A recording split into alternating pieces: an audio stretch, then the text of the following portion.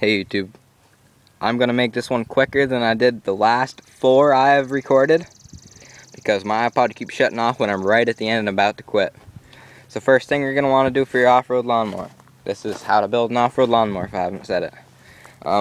New tires. You're gonna want nice tires with some traction. I wouldn't go any bigger than 20 inches. These are 20s. I guess you could go to 22 inches, but you're gonna run into clearance problems with your fenders. And I ran this tractor with I built this tractor on a low budget. I've only got a little bit over $100 in this entire thing. It's hard to believe, but it's all I got in it. So first thing you want to do for off-roading is different tires. These tractors have pretty good traction. You can't beat the price for free. If you're on a low budget like me, leave your tractor tires original and just run a lower tire pressure. I'm running 8 PSI and they're still pretty hard. I'm probably going to go down to 5 PSI. Because I have inner tubes in them. Next, you got tires. You're going to want to lock your rear differential because that is one of the essential things for traction issues. You could have the best tires in the world, but you're not going to get anywhere if you got one tire spinning. What a rear differential does, for those of you who don't know, for those of you who do know, you know what they do. I'm just helping explain to this for people who are getting into this, just getting into this. It helped me when I watched on YouTube. Didn't really understand some of it, so I was like, what does this do, what does that do?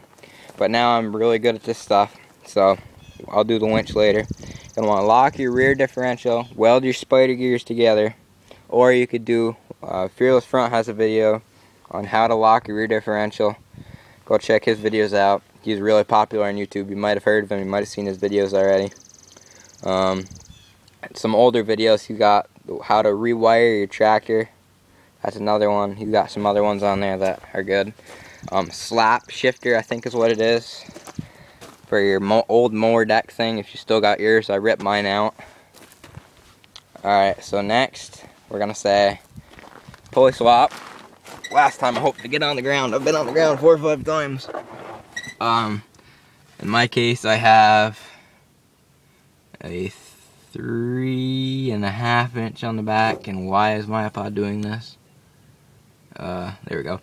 3.5 inch pulley on the back. I have a 4.5 inch on the front. You do not need these pulley sizes. I would say anywhere from 4 inch on transmission and engine to 5 inch, as long as you're going to get a 1-to-1 ratio. You might want to go with 5 inch because that's just going to give you a bigger pulley on both to get more surface area and more friction for when you're in the water, because that's how these run. I mean, I still get good friction with these because I've added these to an idler pulley and a tensioner. Custom made tensioner, bolts right onto the frame. This pulley bolts right onto the frame. I've used holes that have already been there. I haven't made any other new holes in this frame. I welded some stuff on the frame though. I'll get to that after. That's extra. Locked rear differential, pulley swap. This pulley setup right here does 20 miles an hour top speed in 6th gear. Your tractor may do different with this setup on it, but yeah, 3.5 inch on the rear, 4.5 on the front. I would say you want roughly the same size, so you have a 1-to-1 ratio. So you probably go anywhere from 10 to 15 miles an hour. It's fast enough for a lawnmower going through the woods and stuff. But yeah, that'll be good. So I want to crawl out from underneath this thing. So, tires. You're going to want nice tires. You're going to want locked rear differential, pulley swap, some extras that aren't really necessary, but you would love yourself if you did it. This is a brake handle. A lot of lawnmower modders have this. Fearless Front also has a video on this. I just remembered that. How to do a gas pedal. It's just a brake handle. Brake handles off of a bike. Find a junk bike, take it off, find the cable, hook your cable up so you can use a gas pedal. Worked great. What else? Well, I've really shaved some time off this thing. I'd be at like 10 minutes right now. Alright. I have rewired this with no kill switches at all. Actually, there is kill switches. Sorry. no safety switches. Push button start. My starter's probably loving this. 4th time I've did that. Actually, not even 4th. I've done it a couple times. But this toggle switch right here will turn the spark on. Right now it's grounded, which on is off and on, or actually on is off and off is on these. That's also in Fearless Front's How to Rewire Your Lawn Tractor video. Check him out. I'm just trying to help anyone who is just getting into this, or someone else who's stuck in something. So let's start this thing out. Flip my toggle switch up. This one up here is not necessary. This is to recharge my battery. I also have an amp meter. This is just to keep my battery up and charged. That's not necessary for you. You may want it. I was finding problems with the flywheel getting magnetically charged from, actually more magnetically charged from the battery running through it and going into the flywheel. That's also some problems I've had with it. That other motor I had, this is a different motor. So switch is on.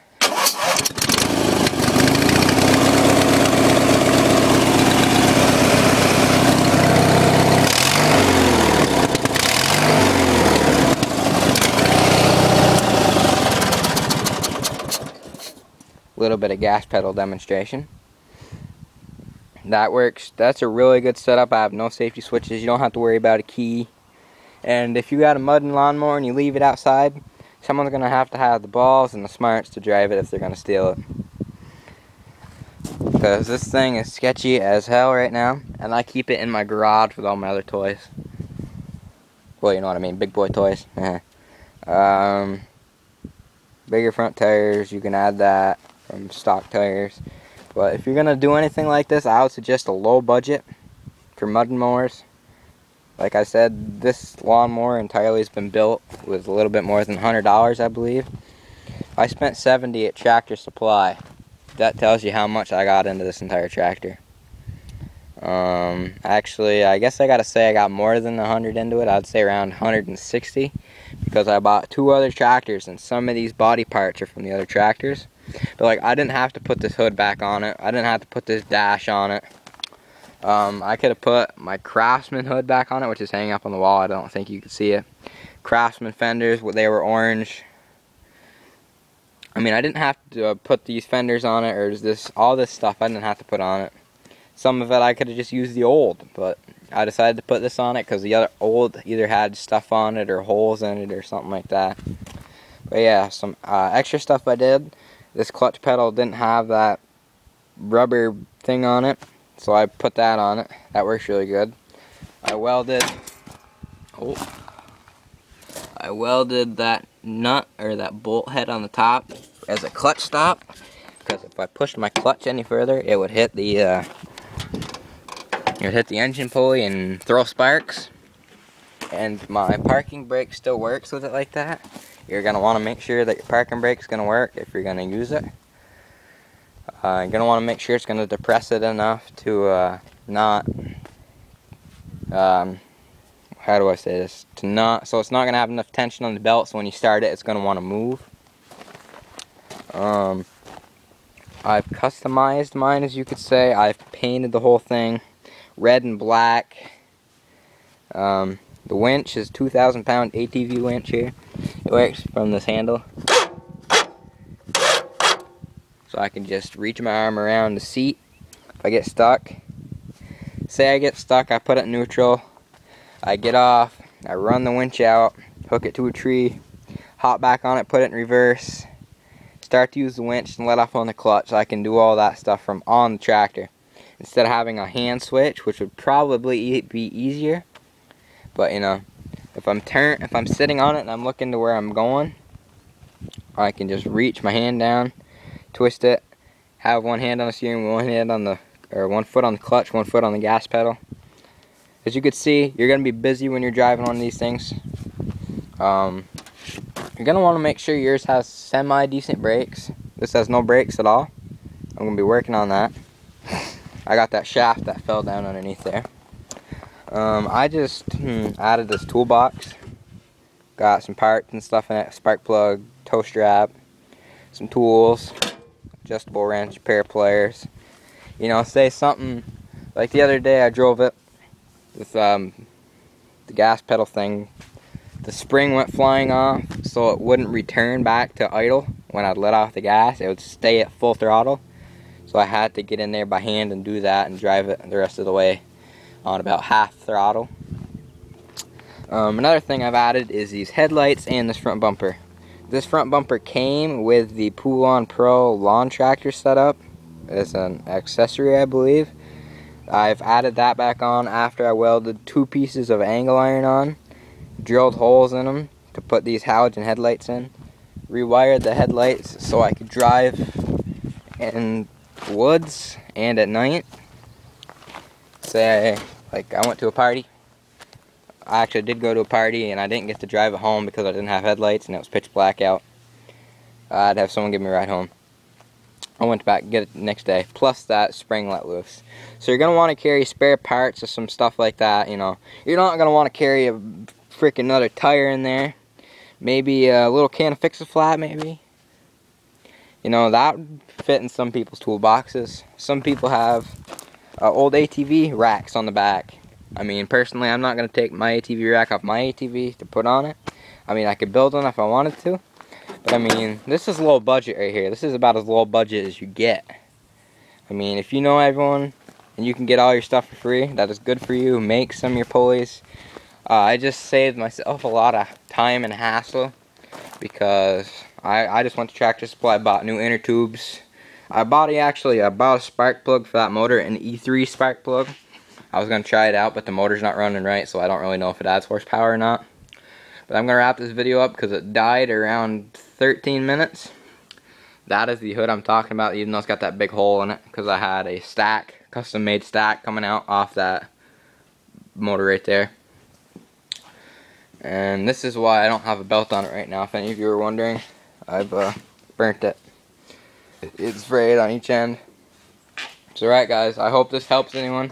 Rate, comment, subscribe, do all that, you know, good stuff. Be cool.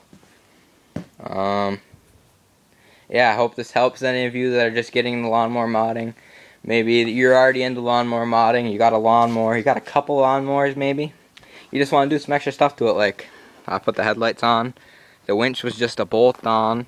I had to drill 3 more holes though, because the holes wouldn't quite line up. I got 1 hole to line up. But yeah, rewired, all that stuff. I'm going to go before this video dies on me. Check out my channel. Please subscribe. I'm always looking for new subscribers.